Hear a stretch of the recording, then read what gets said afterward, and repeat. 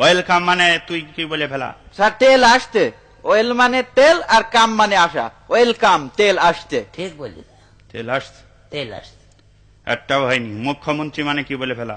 মুখ্যমন্ত্রী, হ্যাঁ, মুখ্যমন্ত্রী মানে যে মন্ত্রী কিছু জানি না, অশিক্ষিত, সেই হচ্ছে মুখ্যমন্ত্রী। মানে মানে আবার কি? আপনি তো সেদিন বললেন যে তোরা পড়াশোনা করিস নি, তোর তো মুখ্যই থাকবে। তাই মুখ্য মানে যদি পড়াশোনা না জানা হয়, অশিক্ষিত হয়, তাহলে মুখ্যমন্ত্রী মানে সে অশিক্ষিত মন্ত্রী না। এই বুঝেছ তুমি? হ্যাঁ, আচ্ছা যাকে যাক, আকলি বল, অনু মানে কি? অনু ছোট্ট একটা মেয়ে, আমাদের স্কুলের ছাত্রী। ওরে না, অনু হচ্ছে জিনিস, এটা ছোট বস্তু, খালি চোখে দেখা যায় না, এই আর কি।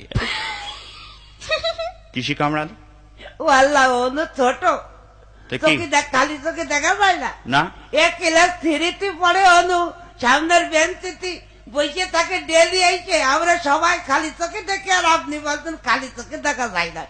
আপনার চোখের পাওয়ার নেই তাই বলেন, আমরা সবাই দেখতে হয়। চুপ কর। ও ওকে, ফজাতে উড়না পড়েছিস কেন?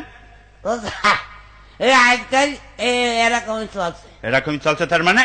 তার মানে আবার কি? আগে দেখতেন না মেয়েরা উড়না পড়তো, হ্যাঁ, এখন মেয়েরা তো উড়না পড়া ছেড়ে দিয়েছে। হ্যাঁ। এখন ওদের যদিও কেউ পরে সে গলায় দড়িয়ে থুয়ে দেয়। এই জন্য কোম্পানি দেখলি এতগুলো উড়না তৈরি করলাম, এ নষ্ট হবে, এই জন্য ওরা নতুন এক ফ্যাশন বের করে দিয়েছে, বুঝেছে, পুরুষই উড়না পরবে। বললো হ্যাঁ হ্যাঁ হ্যাঁ, ছেলেটা পাত্র দেখছি। হ্যাঁ, পাঞ্জাবির সাথে।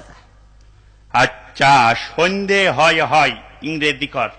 স্যার ইভিনিং ইজ, সন্ধে হয়। Evening is is. হ্যাঁ, ঠিকই আছে।